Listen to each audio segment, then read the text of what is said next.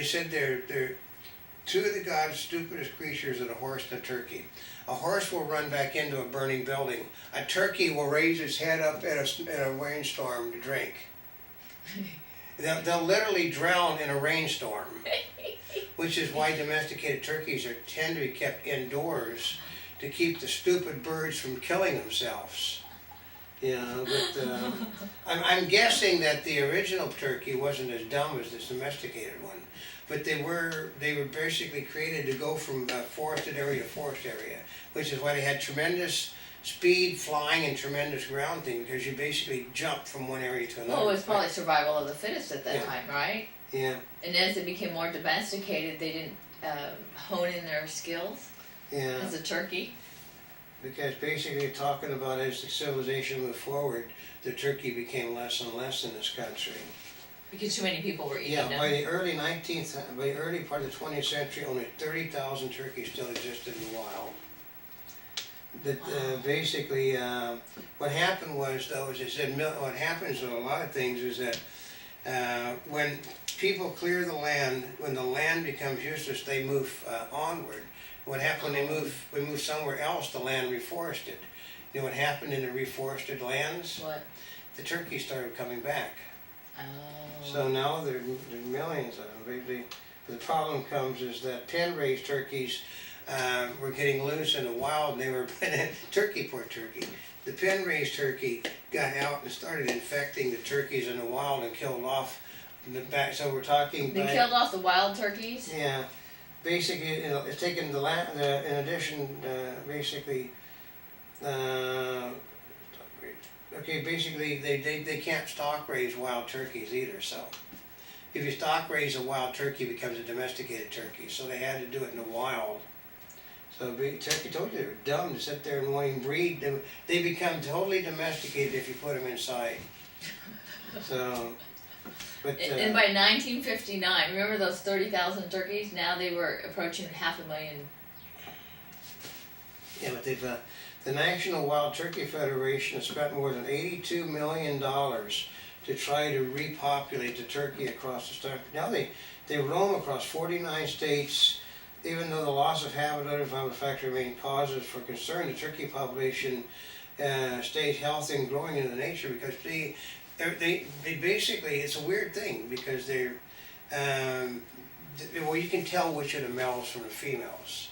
Mm-hmm. Very easily by the plumage, so they basically give you permission to go call the males, because it only takes one male with a whole lot of hens to keep the population going. So the bigger the turkey, the older the turkey. So when you go hunting for a wild turkey, if you take out the big one, you're not actually harming the population, you're meaning, so the younger, stronger ones will basically keep the population going. But turkey farming, though, basically 1700s turkeys were walked in the market in large herds. I remember that. I'm old enough to remember seeing people herd their turkeys to market. You know, down the middle of it. I come from out here. It sounds so funny, doesn't it? No, but no. I was like in Southern California in Culver City. They would basically herd because we had a lot of little truck farms out here because people came from the Midwest out here, and they basically grabbed chunks of land off to put, we had farms inside the city, Inglewood, Culver City, all these places had little truck farms. And you see the turkey farmer, herding his turkeys to the market. I mean, I haven't done it in a long time, but as a boy, I remember, I always thought it was stupid. I really did, but why don't they just go down to the store? We had meat markets and just buy a turkey instead of doing that. Well, shows you the genius where the turkeys come from. Mm-hmm. You had to get them from the farm to the meat market. Mm-hmm. And so I come from here when Sepulveda out here was actually a 2-lane street. So see, 37 the poultry. Artificial insemination for breeding turkeys in 1937. I know, still used today because the turkeys don't mate well. Okay. Let's put it this way, male turkeys are not very bright either. In the wild, they're very good at what they're doing. In captivity, they're being bred to be food. Is that use it or lose it? Yeah, well, they've lost it, so they have to do it. Basically, turkey insemination. I could. Was it 17 pounds per person a year? Are you serious? Yeah. Oh, wow, in 2002. And that's the number 4 protein, and it's basically for growth. I know people basically that overgrow turkeys, not for the meat, but because they grind them up and they use them for the fertilizer and feed. Oh, really? Because turkeys are really simple to produce. I think a turkey adds more poundage per food given it than the other birds also, which is why turkeys grow so big and why they're so inexpensive, is because it takes less money to feed one turkey than it does to feed anything else. Well, also turkeys become more and more popular because supposedly turkey's healthier for you than beef. Yeah. And basically... so you see a lot more people, whether it's, you see turkey hot dogs, just turkey meat. Yeah, and then through the use of modern science, they've been able to make the turkeys produce even faster, though, because turkeys aren't very bright. You shine a light and they lay eggs. Are you serious? I know they good one.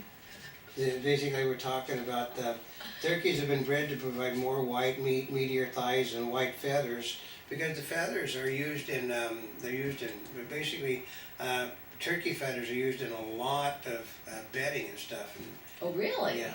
Huh. Let's see,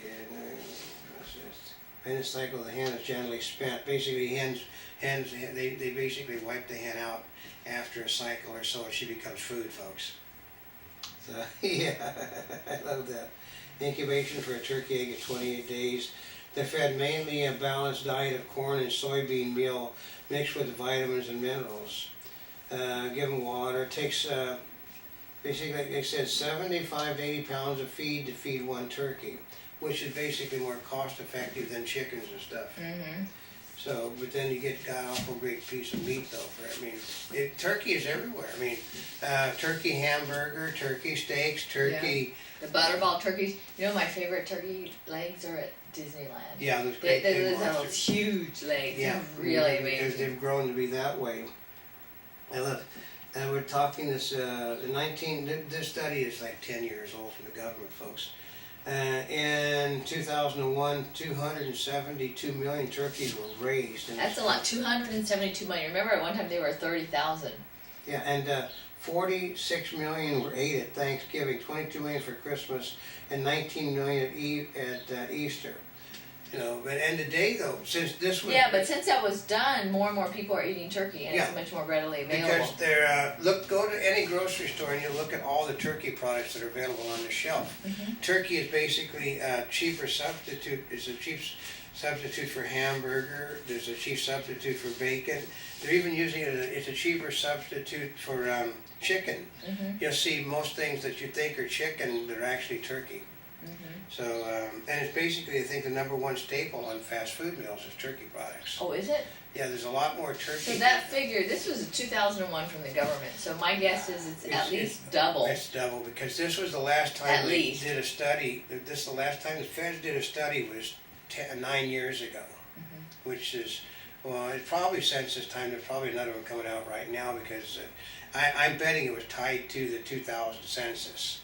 You ask people a question, how many turkeys, do you eat turkey out? They didn't ask me that on the census. Well, no, but it's probably tied to the census, because they'll take a sample and ask people, and that sample is substitute for everybody. Yeah, because it was 2001. So Because right I've after looked the at these things, virtually all of in the government study, it happens about every 9 to 10 years. Oh, which is every census probably. Yeah, and it's just a secondary set of questions asked by census takers, so. But that's basically how the turkey has been more or less since the days of the Revolutionary War, the real national bird, not the Eagle? not the eagle. The eagle is on the dollar, but those are turkey pin feathers you see on the things, not eagles. Oh, they are? Yeah. Oh. Those 3 feathers, when the Indian says how and he's got the feathers on his head, those are turkey pin feathers, and that's what they used they didn't use the bald eagle. They used the bald eagle on its wings and gave him the turkeys. That was Benjamin Franklin's idea of his warped sense of humor, because he fought hard to get the turkey as the national bird, because the turkey had done more to basically, the turkey helped save the pilgrims. The turkey basically was spread all around the world before the pilgrims ever got here, and it just keeps growing. They said Muslims eat turkey. People that can't eat meat are eating turkey, because that doesn't count as meat. So Turkey is our main national produce, but the problem is that everybody breeds our turkeys now in their country and probably breed them cheaper, so, Oh, and breed them bigger. So eventually, if we're not careful, you're going to be seeing Americans eating Chinese turkeys for Christmas. oh, Yeah, well, because they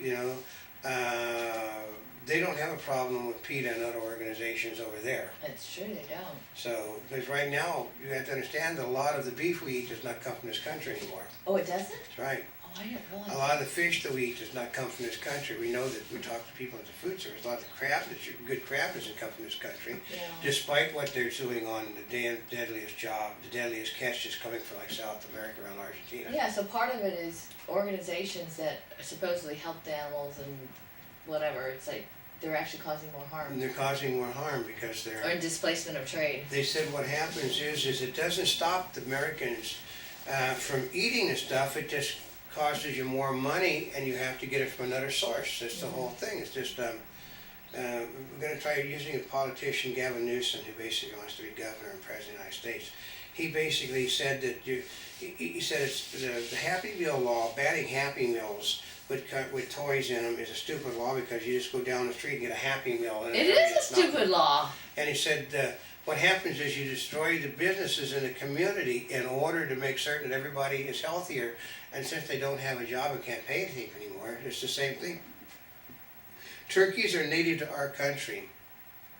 We spread them to other countries. And I'll lay you odds if you go look at all this processed turkey meat that a lot of it's coming in from elsewhere.